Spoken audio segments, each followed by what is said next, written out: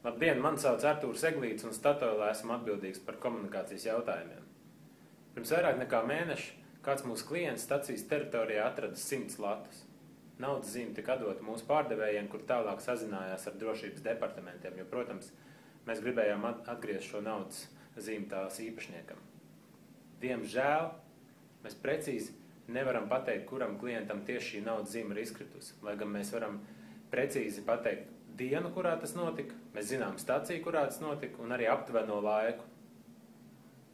Tā kā ar tradicionālajām metodēm mēs nevaram klientu atrast, lūdzam cilvēku, kuram pazudusi šī naudas zīme, rakstīt uz video norādīto e-pastu tieši šos faktus, kurā dienā varētu būt pazudusi šai nauda, aptuveno laiku, ja cilvēks atcerās vēl to, un arī staciju, kurā tas notika. Ja visi fakti sakritīs, un mēs tieši šo cilvēku redzēsim savos video ierakstos, naudas īpašnieks dabūs atpakaļ savus 100 latus. Diemžēl, ja tas neizdosies, naudu vienkārši ziedosim labdarības mērķiem.